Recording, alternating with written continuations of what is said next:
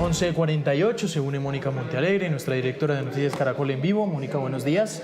Hola Juan Camilo, muy duro el relato de la esposa de Perkins Rocha que terminaba usted, y vamos a hacer como una especie de pausa en medio de toda esta agenda informativa tan compleja para hablar de tecnología, sobre todo en el marco de un día muy especial que es el Día de la Internet Segura.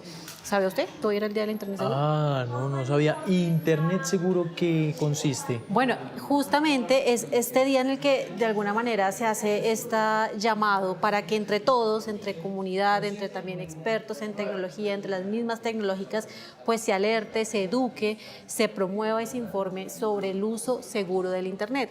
Y cuando hablamos de Internet, Juan Camilo, creo que en esta era sí o sí tenemos que hablar de inteligencia artificial, porque creo que nos está poniendo retos muy grandes a todos, y la inteligencia artificial cada vez, las preguntas que nos hacemos acá constantemente, cómo manejarla de manera segura, para el tema de los estudiantes también, Sí. para el tema de los padres de familia. Y tenemos una gran invitada, que ya la vamos a ver en pantalla, que nos aceptó esta invitación para hablar justamente hoy, en este día tan especial. Ahí la estamos viendo ya. Es Linda Patiño, que es la gerente de comunicaciones para Google Colombia, que la saludo y además le agradezco porque sé que Google viene trabajando muy fuertemente en estas herramientas, porque creo que al final es un tema de herramientas. La inteligencia artificial no la podemos limitar en el sentido de prohibirla, creo yo, eso es un debate Sí. muy amplio, pero sí podemos aprender a usarla de manera segura. Linda, gracias por conectarse con nosotros aquí en Noticias Caracol en Vivo, en este espacio de tecnología, y arranco preguntándole, pues bueno, usted además es mamá. ¿Cómo aborda usted el tema de inteligencia artificial y cómo son estos retos de hablar de una inteligencia artificial segura? ¿Eso se puede? ¿Eso es real? Mónica, Juan Camilo, muchísimas gracias por el espacio. Sí, en efecto, yo también soy madre y he tenido una experiencia muy cercana a muchas dudas, ¿no? Dudas como las que hoy, justamente en el Día Internacional de Internet Más Segura, estamos viendo que hacen parte de las grandes búsquedas de las personas en Colombia. Cosas como a qué edad darle un celular a un niño, o un reloj inteligente para un niño, o consolas para niños, hacen parte de las tendencias de búsqueda que justamente estamos analizando. En mi caso particular, te diría que ha sido un proceso construido en familia, en comunidad, donde el diálogo ha sido muy importante y donde he sido usuaria de herramientas de Google, incluso antes de ser parte de Google en Colombia, porque me parecen unas herramientas fantásticas para precisamente tomar decisiones en familia. Utilizarlo como principal aliado, pero Linda, hoy un papá que nos está viendo es, ¿qué hago? O sea, desde Google, ¿qué recomiendan hacer? ¿Cuáles son 3 medidas que usted tomaría para un Internet seguro, por ejemplo, para los hijos? Me parece fantástica la pregunta, Juan Camilo. Lo primero que hay que hacer es entender que la tecnología es una ventana para la curiosidad, para la experimentación, y que debe tener reglas claras y límites que obedezcan sobre todo a la mecánica de cada familia. No hay una fórmula mágica. Es decir, si para mí es muy importante que mi hijo consuma contenido alrededor de ciencia, puede hacerlo a través de plataformas de YouTube. Y yo tengo las herramientas como padre de tener cuentas monitoreadas, de gestionar los tiempos y establecer límites de tiempos de conexión, y también de establecer reglas como no pantallas en la mesa, o no pantallas mientras estamos almorzando, o no pantallas mientras tu abuelita te está visitando. Ese tipo de cosas siguen siendo, por supuesto, que de todo el mandato familiar. Te diría que la segunda cosa, además de poner reglas, creo que es seguirnos capacitando. En Google nosotros estamos comprometidos con tener contenidos y seguir fortaleciendo herramientas y programas que ya existían para que se sigan actualizando.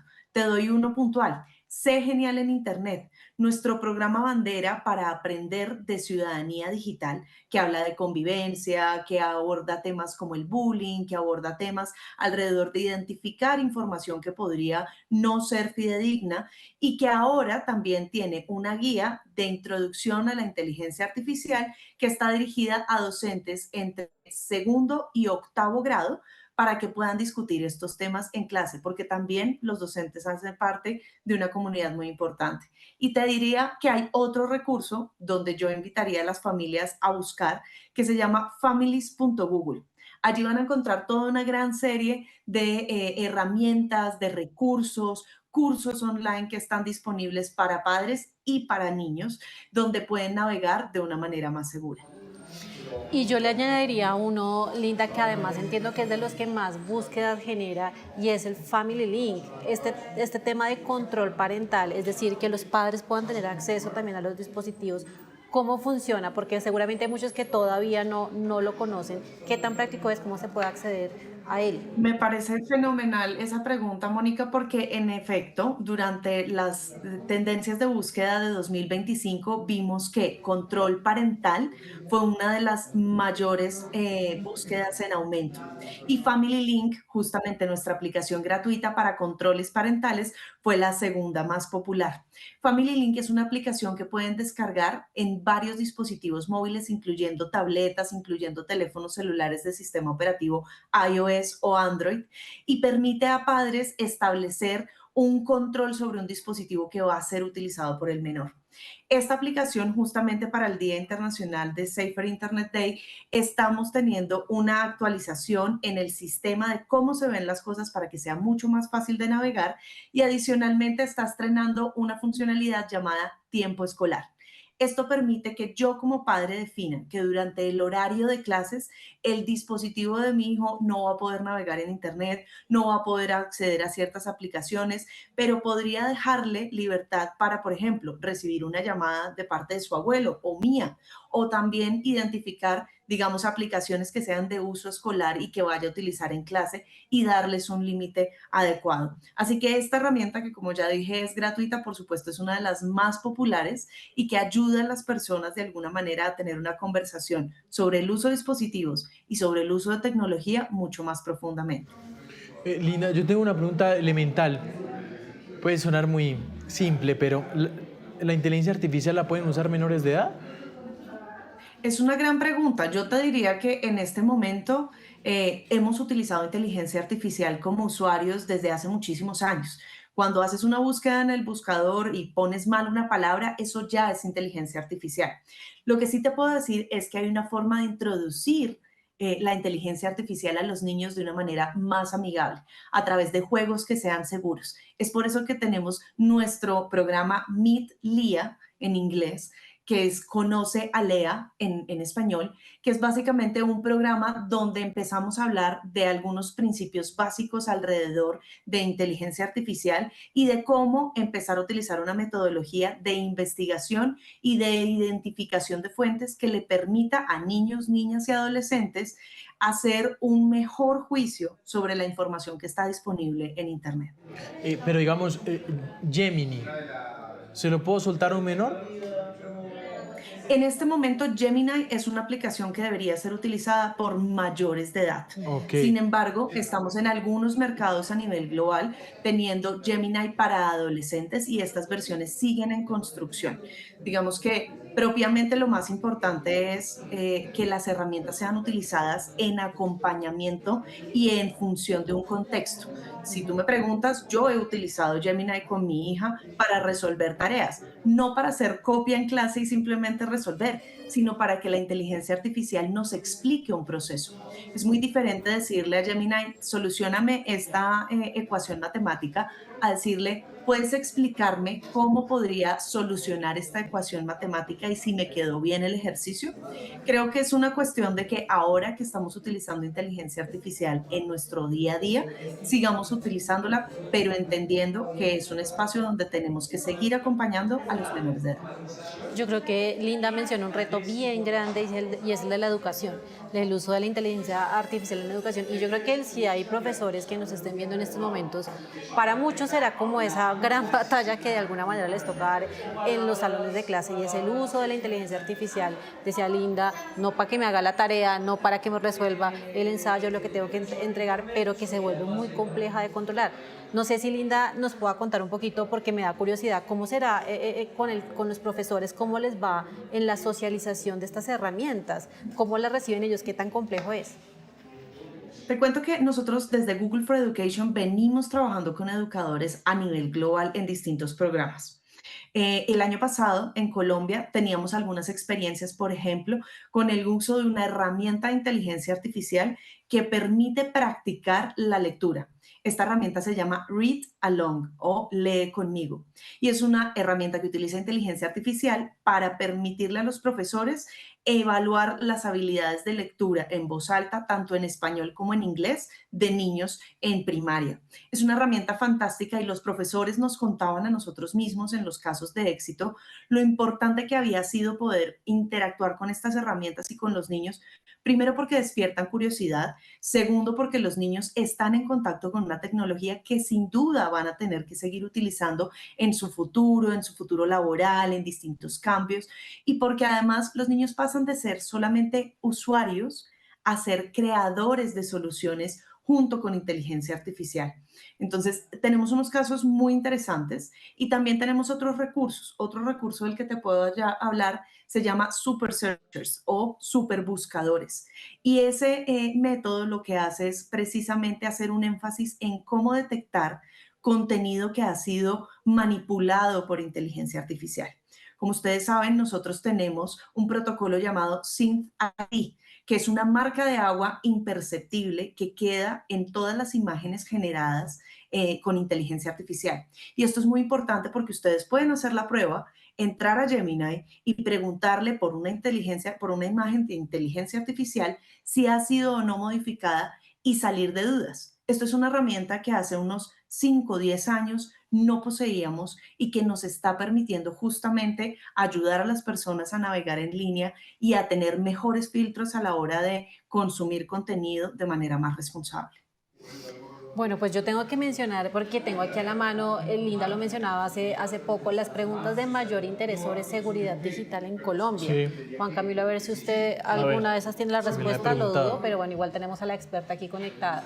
¿Cómo cambiar la contraseña de Gmail? ¿Cómo quitar una contraseña a un PDF que es phishing? ¿Cómo ver la contraseña de Wi-Fi en mi PC? ¿Cómo hacer copia de seguridad en WhatsApp? ¿Cuál es la que más hace usted, Juan Camilo? Le voy a cambiar la del Wi-Fi. Por ejemplo, ¿es cierto que utilizar internet de redes públicas es inseguro? Bueno, usted me cambió la pregunta, se salió por Perdón, hice otra. por la tangente, pero espere, yo Plantea otra. no, no, pero Sexta.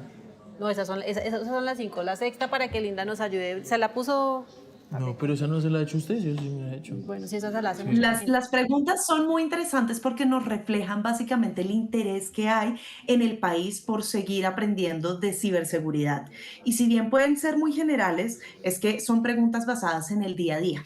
Cuando no sabemos algo, acudimos al buscador para precisamente buscar fuentes que nos puedan dar respuestas y que nos ayuden mucho a entender. Estoy muy segura que si buscamos precisamente cómo cambiar la contraseña de Gmail, nos vamos a encontrar con un tutorial en YouTube que nos permite ir paso a paso e ir haciendo las cosas. Y es que en un mundo donde las herramientas se están actualizando con tal velocidad, es posible que dejemos de utilizarlas y ya no sepamos cómo hacer algo, porque cambió, porque se actualizó, porque tiene cosas nuevas. Entonces te diría que estas preguntas puntuales, a mí me llama mucho la atención de las tendencias de búsqueda, el hecho de que en los últimos 5 años, en la mayoría del país, las búsquedas por reloj para niños han superado las búsquedas de celular para niños. Tremendo. Parece ser que los padres de familia nos sentimos un poco más tranquilos con que un primer dispositivo del niño sea un reloj para recibir llamadas, para hacer llamadas, para jugar incluso, antes que entregar un dispositivo como es un celular. Igual, de todas maneras, la pregunta de a qué edad se le puede dar ese celular sí sigue siendo como de las que van rankeando. ¿De esa hay respuesta, Linda? Hay muchas recomendaciones, sin embargo, nosotros desde Google sí sentimos que esta es una discusión familiar. Sentimos que la decisión de a qué edad y de qué manera debe darse, dependiendo de cuál va a ser el uso, cuál es la necesidad, te lo digo particularmente en mi casa.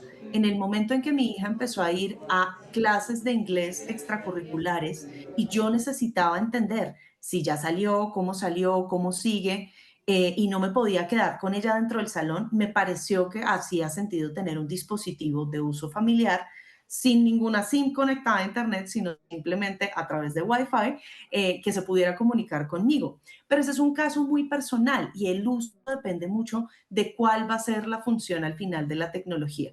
Yo creo que lo más importante no es que nosotros seamos quienes decimos a qué edad tienen que hacer sino que sea un proceso que respete la libertad, las preferencias y también el crecimiento de cada uno de los niños. Y a ese ingrediente le añadiría yo, Linda, el tema de las redes sociales, ¿no? El uso que también está dentro de esas búsquedas, si se recomienda no el uso de redes sociales en niños pequeños o Sí. bueno, adolescentes. También para Linda parte de ese resorte familiar, o sea, debería hablarse desde ahí, ¿cierto? Te diría que además es muy importante ver el potencial de las redes sociales como una forma de investigar sobre un interés. Mi hija sigue canales, por ejemplo, de ciencia y de animales, donde hay un youtuber que hace ecosistemas biológicos para tener tarántulas, serpientes y habla mucho de cuáles son las necesidades de los animales, las cosas interesantes que hacen. Es difícil pensar en otra fuente de información que pudiera suplir esto de manera tan dinámica, tan rápida y tan de sencillo acceso, incluso gratuito, ¿no? Muchas veces, si lo pensamos en nuestra misma infancia, poder investigar sobre un interés se convertía en algo donde yo tenía necesariamente que inscribirme en clases de ese algo antes incluso de saber si me iba a gustar o no. También te diría que a través de YouTube mi hija consume videos de mis pastelitos para aprender a hacer recetas online y las hacemos juntas. Eso significa también que es muy importante que los papás estemos no solamente presentes en el tiempo de juego, sino también en entender cuál es el interés detrás del consumo de contenido.